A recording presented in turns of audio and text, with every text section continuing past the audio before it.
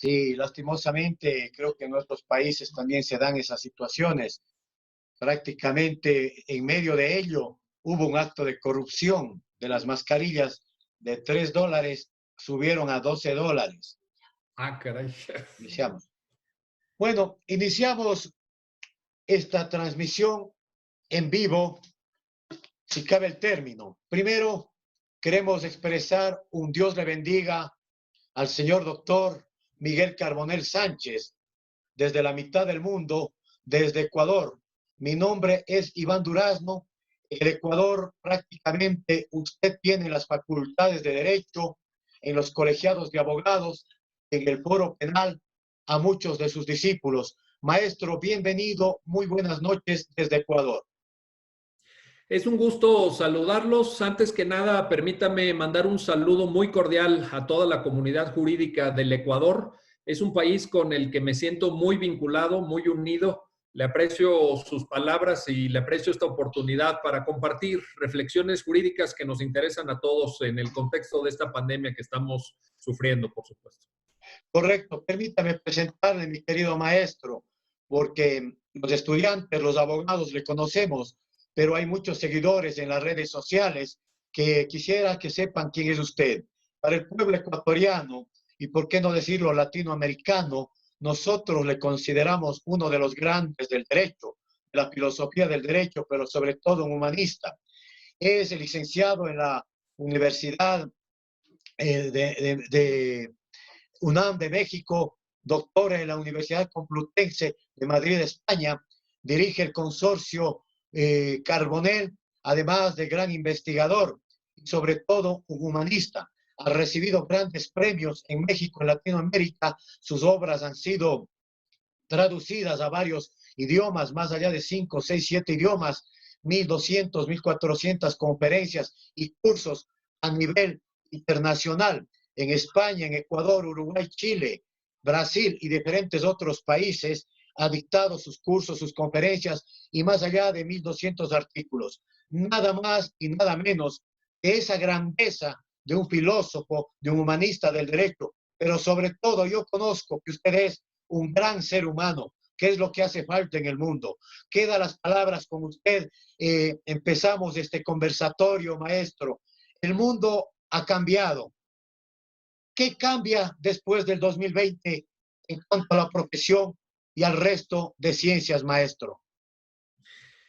Esa es una gran pregunta. Es una gran pregunta que nos tiene que ocupar y que nos tiene que preocupar, porque yo creo que las cosas no van a seguir siendo iguales una vez que superemos esta etapa de emergencia sanitaria, una vez que poco a poco volvamos a la normalidad, y lo digo entre comillas porque va a haber cosas que ya no van a ser como antes.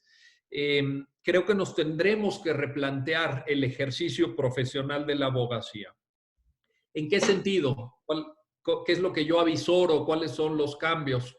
Es importante señalar que si nosotros tomamos como referencia la crisis financiera de 2008-2009, se acordarán seguramente algunos de ustedes, el impacto que tuvo esa crisis, y lo pongo como ejemplo para que saquemos las lecciones históricas que corresponda aprender.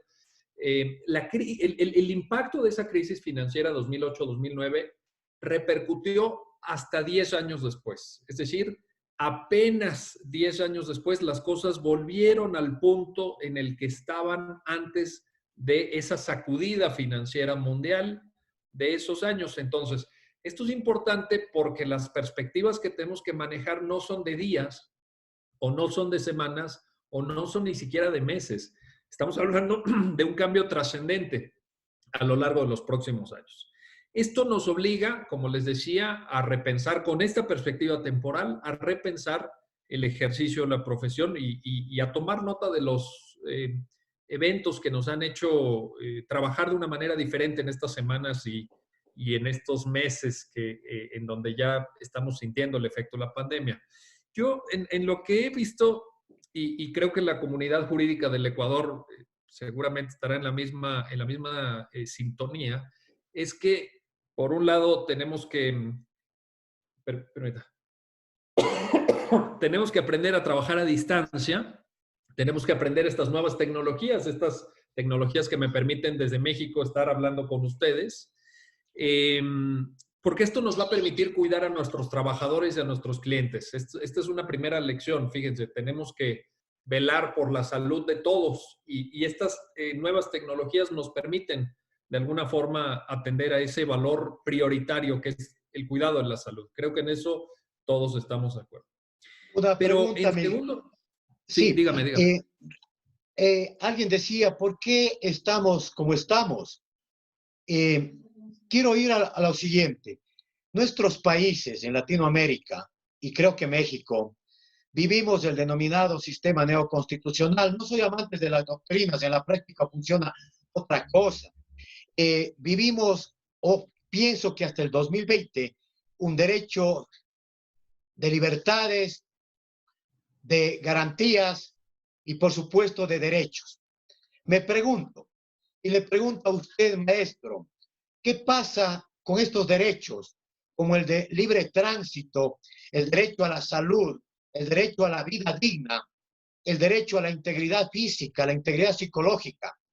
¿Acaso es el principio del fin de estos derechos para conceptualizar o irnos a nuevos derechos, le denomino yo, a superderechos, como el derecho del otro a no contagiarle, porque hoy nuestro cuerpo, nuestra saliva es una de las armas más peligrosas para los derechos del otro? Prevalecerán o prevalecen un estado de emergencia, por ejemplo, el no salir, el privarnos de muchos derechos y está muy bien. Para privilegiar el derecho o el superderecho, le denomino yo, de la supervivencia de la humanidad. ¿Qué opina usted, apreciado maestro, sobre este pensamiento, sobre la realidad del COVID y lo que viene en el futuro? Sí, esa es una gran pregunta, es una pregunta importantísima y le aprecio mucho que la formuló con gran precisión y con mucha inteligencia y profundidad. La verdad es que no tengo todas las respuestas sobre este tema. Si usted me dice, ¿todos esos derechos van a desaparecer? Yo creo que no, pero creo que tendrán que ser reinterpretados, que tendremos que reaprender el significado del derecho a la salud. Estaba leyendo hoy en la mañana un artículo en el Washington Post, en este famoso periódico norteamericano, que explicaba la diferencia de resultados entre aquellos países que tenían buenos sistemas de salud antes de que llegara la epidemia, es decir, que tenían muy buena red hospitalaria, que tenían buenos doctores, desde luego capacitados, entrenados, que tenían buen equipamiento en esa red hospitalaria. El resultado de la pandemia es muy inferior al resultado en términos de muertes de seres humanos en aquellos otros países, como muchos de los nuestros en América Latina, donde no nos habíamos preparado. Habíamos dejado de invertir en nuestros hospitales, habíamos dejado de invertir en buenos sueldos, buenos salarios para nuestros médicos, para el personal de enfermería. Los equipamientos en los hospitales públicos eran ridículos verdaderamente para hacer frente a una eventualidad como la que estamos padeciendo. Entonces, yo creo que sí tenemos, en la lógica de la pregunta que usted tan puntualmente formula, yo creo que tenemos que aprender a valorar estos nuevos derechos, a entender ahora que las relaciones entre los seres humanos van a tener que ser distintas en las aulas, en los tribunales, en la vía pública, en el transporte público, etcétera. Esto, pues, vino a ser un alertamiento que, repito, nos puede cambiar no solamente en los próximos días, semanas o meses, sino años, porque además dependemos en esto de una variable que no sabemos si se va a dar o no, que es la vacuna. ¿Existirá una vacuna o no existirá? ¿Se va a producir de manera industrial para todos los seres humanos o no vamos a tener esa capacidad? Entonces, ese es un dato que no conocemos hoy en día. No sabemos si va a haber esa vacuna. Hay enfermedades en las que hemos invertido como género humano miles de millones de dólares. Estoy pensando en la malaria, estoy pensando en el VIH, y no se ha podido dar con una vacuna. Entonces, no sabemos si para el coronavirus habrá o no una vacuna, cuándo llegará la vacuna, cuándo se va a poder producir industrialmente y cuándo se va a poder distribuir a nivel mundial. Entonces, estos derechos que usted menciona, creo que tienen que ser reinterpretados. Ahora, es importante aquí hacer una diferencia que nos ha venido ocupando a varios de nosotros y que generará muchas reflexiones en América Latina, que es el estado de excepción. Es decir, hay países que han declarado formalmente una suspensión de derechos, digamos una suspensión de garantías, etcétera, mediante estados de alerta, de alarma, de excepción, como se denomina en cada ordenamiento jurídico. Y hay otros países en donde no. En México no tenemos declarada formalmente la suspensión de derechos, sino que se ha articulado a través de decretos de las autoridades sanitarias que han obligado a los negocios a cerrar, a las escuelas a cerrar, etcétera. Entonces, yo creo que aquí hay una diferencia importante que a los dos nos tiene que interesar. ¿Hay estado de excepción o no hay estado de excepción? ¿Qué alcance debe tener el estado de excepción? Incluso cómo se controla, porque el hecho de que se suspendan el ejercicio de algunos derechos humanos, como el derecho a la movilidad, libertad de tránsito, libertad de comercio, etcétera, no implica que las decisiones que vayan tomando las autoridades no puedan ser sujetas a un control judicial. Entonces, creo que también en eso, en lo inmediato, tenemos una reflexión que hacer importante. Precisamente sobre esas reflexiones, apreciado maestro, en nuestro país no tenemos una ley de víctimas. Hoy todos somos victimarios y somos víctimas. Por ejemplo, cuando alguien fallece por el coronavirus, el derecho, me pregunto, a que nos entreguen el cuerpo o a la cremación. Hay una ley de víctimas en México muy interesante, muy importante. Acá en nuestro país, inclusive no aparecen los cuerpos. Ese derecho a despedirse el moribundo, a la muerte digna. ¿Qué pasaría o qué pasa en el derecho con eso, apreciado maestro? Aparte de que nos lleva en el futuro a una nueva filosofía, a ver cómo las religiones cambien el concepto de la vida, de la muerte. También nos ha llevado a conceptos en este encierro de solidaridad, de amor, de odio, de desvalores, de ingratitud. Hay padres que tienen a sus hijos, a sus padres encerrados y ni siquiera les llaman por teléfono. Cambia la moral, cambian los valores. ¿Qué opinión tiene usted como un gran humanista, querido maestro? Mire, yo creo que son dos temas que vale la pena analizar. En lo inmediato, ¿qué está pasando con esta situación de los fallecidos, las personas que lamentablemente han fallecido y que no pudieron tener esa despedida que usted con tanto sentido de humanidad menciona, esa despedida de sus seres queridos, el poder despedirse de un padre, de una madre, de un familiar, el ver que está en sus últimos días o en sus últimas horas y no poder ir a abrazarlo, pues es muy grave. Y en este sentido, las autoridades sanitarias son las que están dando las indicaciones, dado que en esta situación del coronavirus estamos ante un fenómeno biológico que se transmite con gran velocidad. Creo que eso es lo que ha determinado la actuación de muchas autoridades sanitarias en el mundo, esta capacidad de infección tremenda del coronavirus, que incluso se puede transmitir a través de los cadáveres. Por eso están pues limitando mucho las ceremonias religiosas para despedir a un fallecido, cuántas personas pueden acudir o si se tienen que cremar los cuerpos y en qué condiciones, en fin. Son escenarios novedosos, son escenarios a los que no estábamos acostumbrados. Entonces, yo creo que aquí lo que debe de privilegiarse es el conocimiento científico. Desde luego están inmersos valores humanos, valores sentimentales, afectivos, etcétera, pero nuestra guía mejor para protegernos todos, porque aquí todos estamos en riesgo, nuestra guía mejor debe ser el conocimiento científico. Las autoridades sanitarias que están viendo sobre el terreno, que están teniendo el contacto directo con la enfermedad, con las personas que están en los hospitales, nos deben de orientar, nos deben de guiar sobre bases de conocimiento científico.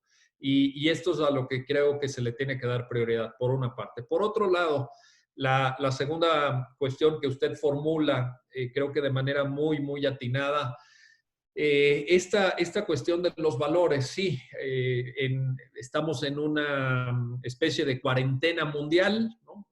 Un porcentaje importante de la población del mundo está en sus casas, en sus domicilios, y creo que esto debería ser una oportunidad para todos nosotros, para reflexionar en aquellas cosas que a veces no valoramos. El otro día me decía una persona de mi familia que extrañaba algo tan simple, tan sencillo como salir a caminar. No para ir a trabajar o para ir al supermercado a abastecerse de víveres, sino el simple, natural, cotidiano hecho de dar una caminata es verdaderamente algo que añoramos, que debemos de valorar más. Y a veces no nos damos cuenta en nuestro día a día. Estamos distraídos con miles de cosas que nos ocupan, que requieren nuestra atención, nuestro tiempo, nuestro pensamiento. Y yo creo que es momento de volver a esas cuestiones sencillas, a esas cuestiones simples, pero importantes de la vida. El poder comunicarnos con nuestros seres queridos. Usted mencionaba esta comunicación con nuestros padres, con nuestros abuelos, una llamada por teléfono, una videollamada, incluso es un alivio, es algo que nos reconecta con nuestra humanidad, el núcleo familiar. Y eso es algo que no debemos dejar pasar, es una oportunidad para todos nosotros. Yo creo que el género humano tiene que aprender de esta pandemia, tiene que sacar lecciones importantes. No deseo, sinceramente se lo digo, no deseo que el día después de esta epidemia volvamos a ser los mismos que antes. No puede ser. ¿Qué vamos a haber aprendido? Tenemos que aprender algo como humanidad. Y en esto, y por eso esta conversación con usted a mí me interesa mucho y espero que sirva, y en esto el derecho tiene mucho que aportar, tiene mucho que decir. También los abogados tenemos que reaprender a trabajar de otra manera, a fijarnos en otros valores, a extender los grandes, las grandes ventajas que tiene vivir en un estado de derecho, en donde se cumpla la ley, en donde se respeten los derechos humanos, en donde vivamos un régimen de libertades que haga que nuestras vidas tengan sentido y tengan significado y sean plenas. Creo que aquí el gremio profesional de los abogados tenemos una gran responsabilidad desde mi punto de vista. Hay una frase, no recuerdo de quién, que decía sobre su cuerpo y sobre su espíritu, el Estado no debe llegar. No recuerdo bien, pero... Es John Stuart Mill, es el ensayo sobre la libertad de John Stuart Mill. Exacto. Pero esa frase nos lleva a que el Estado, en estos momentos de crisis mundial, humanitaria, ¿hacia dónde va? ¿Hacia dónde va en cuanto a los principios jurídicos, en cuanto a la ley, en cuanto a las directrices? Usted conoce, y yo he seguido sus cursos, sus seminarios sobre esa triada. Si prevalece la ley, prevalecen los principios o prevalecen las directrices que hoy se han convertido en órdenes, en directrices de autoridades. ¿Cuál prevalece y por qué, maestro? Bueno, esa es una gran discusión, es una cuestión muy profunda de teoría jurídica. Como ustedes en el Ecuador saben, porque además ha habido mucha influencia de este tipo de pensamientos que viene de la doctrina alemana, me refiero a la teoría de los principios de Robert Alexy, antes los propios planteamientos de Ronald Dworkin en el ámbito de la filosofía del derecho anglosajona sobre los principios. Yo creo que estamos en un modelo de Estado constitucional de derecho que necesariamente nos orienta a trabajar sobre la base de los principios jurídicos.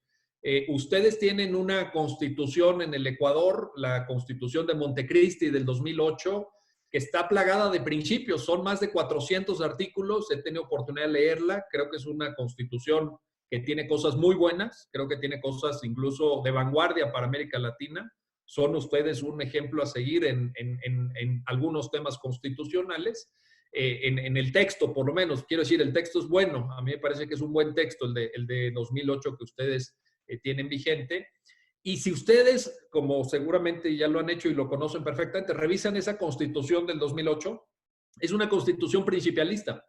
Es una constitución llena de principios. Por eso, en varias sentencias de la Corte Constitucional del Ecuador, y usted lo mencionaba hace unos minutos, se apela o se intenta construir una teoría neoconstitucionalista, que es donde está inserta justamente la teoría de los principios de Ronald Dworkin, de Robert Alexy, y las aportaciones en el ámbito de América Latina, por ejemplo, de Carlos Santiago Nino, este autor argentino tan importante. Entonces, esa es una realidad.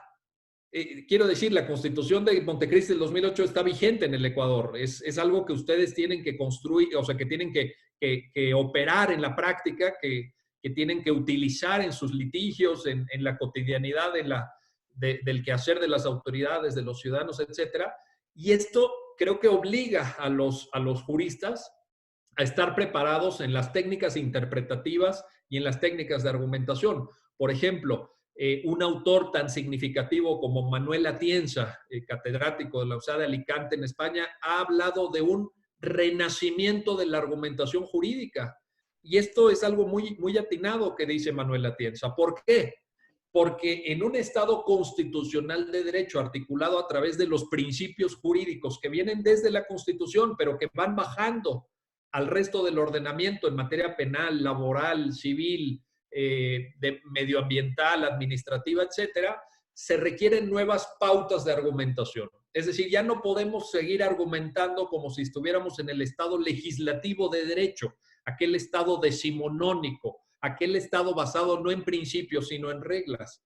Entonces, por eso también, y claro, esto no tiene necesariamente que ver con la pandemia, esto es algo que ya venía construyéndose en las últimas décadas, quizá, o en los últimos años, pero sí es un reto para los abogados. Yo creo que los abogados tenemos que reaprender la argumentación jurídica, tenemos que desarrollar nuevas técnicas de hermenéutica jurídica también, y porque eso nos va a permitir, por cierto, y lo enlazo con su pregunta anterior, darle un contenido y una efectividad a los derechos, a la salud, a la movilidad humana, la libertad de comercio, la libertad de expresión, etc. Estos derechos requieren una argumentación jurídica basada en la teoría de los principios. No lo veo de ninguna otra manera. No concibo otra posibilidad fuera de el trabajo alrededor de los derechos humanos con base en la teoría de los principios. Precisamente vamos hacia allá. ¿Por qué le hacía esa pregunta? Porque nuestra Constitución, obviamente, en materia de derechos, libertades y garantías, es supraconstitucional y privilegia los instrumentos internacionales de protección a los derechos humanos. Personalmente, llevé el caso de la niña con SIDA en Ecuador. 13 años de lucha por eso, 13 años de lucha. Ahí estaba el derecho a la salud. Voy más allá. En esta época de la pandemia, ¿y hacia dónde vamos con los grupos vulnerables? Adultos mayores, mujeres embarazadas, niños. Fundamentalmente, esta época en la que los presos, llamados privados de la libertad, están queriendo obtener su libertad. ¿Cuál es su opinión? Vienen nuevas medidas de seguridad, nuevas medidas alternativas a la prisión preventiva, como tips, por ejemplo, me invento, o algunos grilletes manuales, o ¿cuál es la salida de acuerdo a usted, maestro? Bueno, yo creo que sí.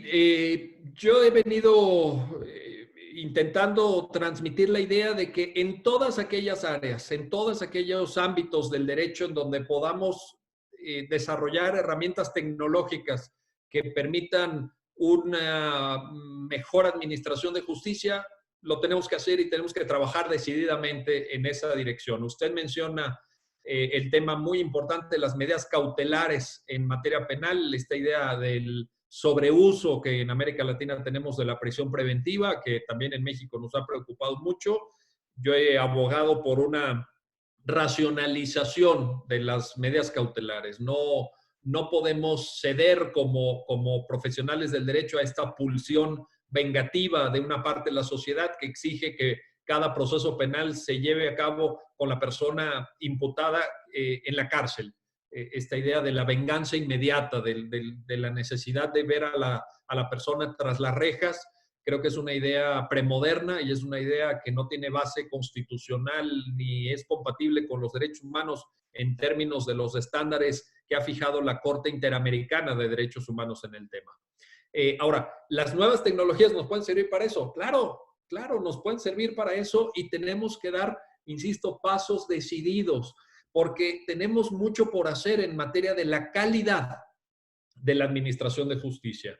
Tenemos que construir, usando, y repito, las nuevas tecnologías, una administración de justicia que sea mucho más ágil. No puede ser que haya, pero mire, usted lo acaba de decir, 13 años en un litigio. Esto es increíble. Es increíble. En cualquier otro ámbito, en un ámbito industrial, en un ámbito comercial, en un ámbito tecnológico, si usted dice la solución a este problema se las voy a dar en 13 años, bueno, en ese momento las personas dejan de escucharlo y se van a buscar a otro profesional que los asesore. Y sin embargo, en la justicia nos estamos acostumbrando a estos litigios que duran 3, 4, 5 o, como usted muy bien señala, hasta 13 años. Esto es inconcebible. Entonces necesitamos más agilidad. Pero también necesitamos, y esto es muy importante, necesitamos ampliar a cabalidad el acceso a la justicia. Hoy en el mundo hay más personas que tienen un teléfono celular, un teléfono móvil, que acceso a los tribunales. No tiene sentido. No hay ninguna justificación para eso. Necesitamos permitir que todas las personas que están enfrentando una posible violación de sus derechos, que tienen un problema de trascendencia jurídica, puedan acudir a ese instrumento de la racionalidad humana que son los tribunales, que es la justicia. Es lo que los seres humanos hemos inventado, digámoslo así, para arreglar de manera pacífica nuestras diferencias, nuestros conflictos. Entonces, ahí hay una segunda cuestión. Nuestra administración de justicia tiene que ser más ágil, tiene que ser más rápida, tiene que ser más veloz. Y en segundo lugar, tiene que abrirse a un mayor número de personas para que todos tengan acceso a la justicia. En las dos cosas, en estos dos temas que estoy mencionando, la tecnología nos puede ayudar.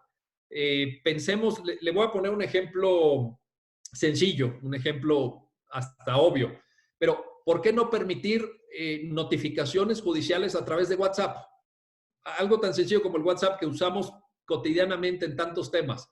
¿Por qué no permitir que el juzgado tenga nuestro número de WhatsApp y en vez de ir a ver la resolución y a pedir una copia certificada, que nos envíen una notificación y que tenga efectos jurídicos plenos esa notificación a través del WhatsApp?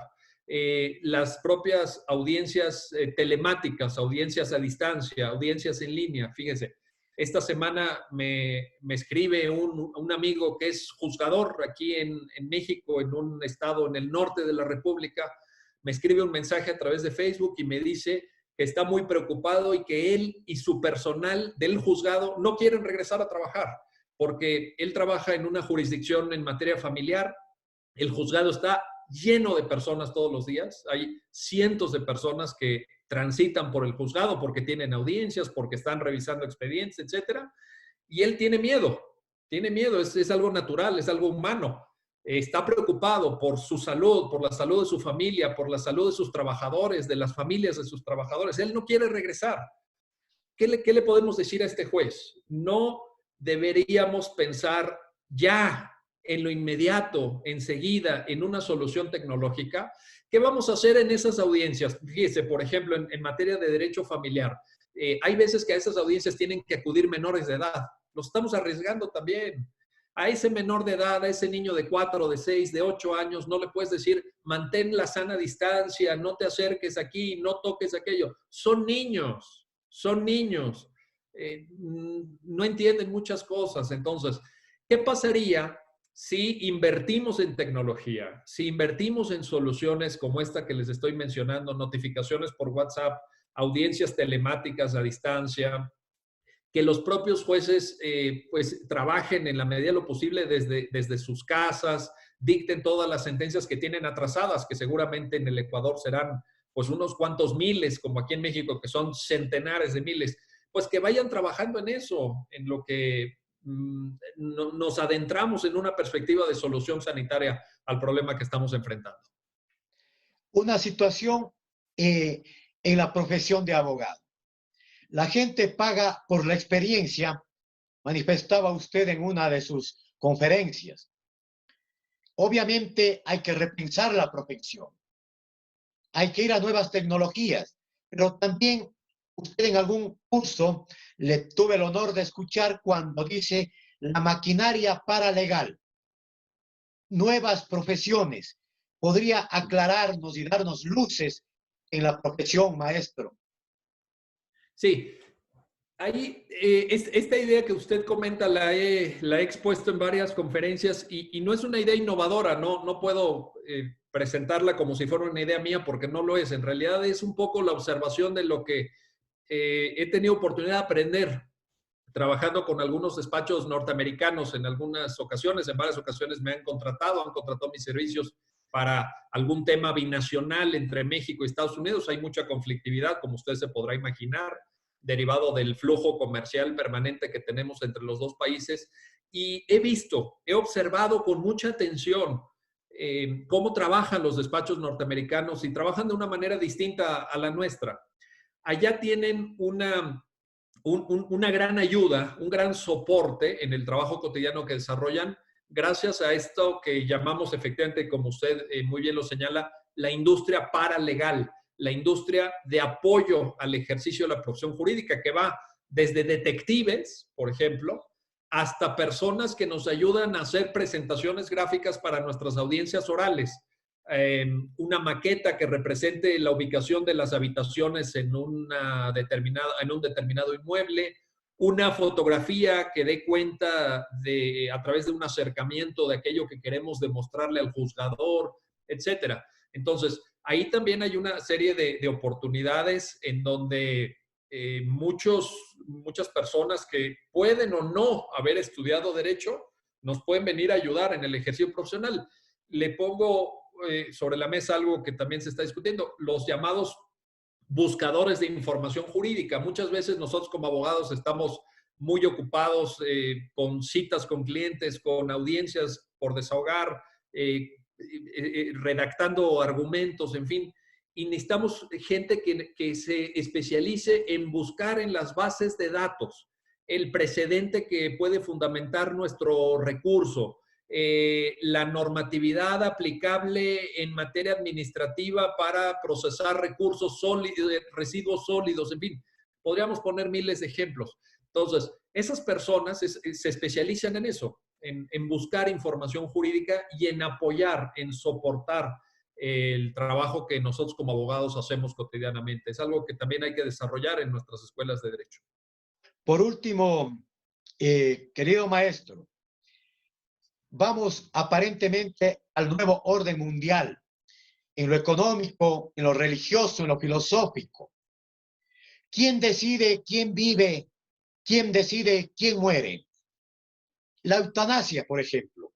A los penalistas, y me incluyo, supuestamente amamos la vida, pero más amamos la muerte. ¿Cómo conceptualizar esos términos?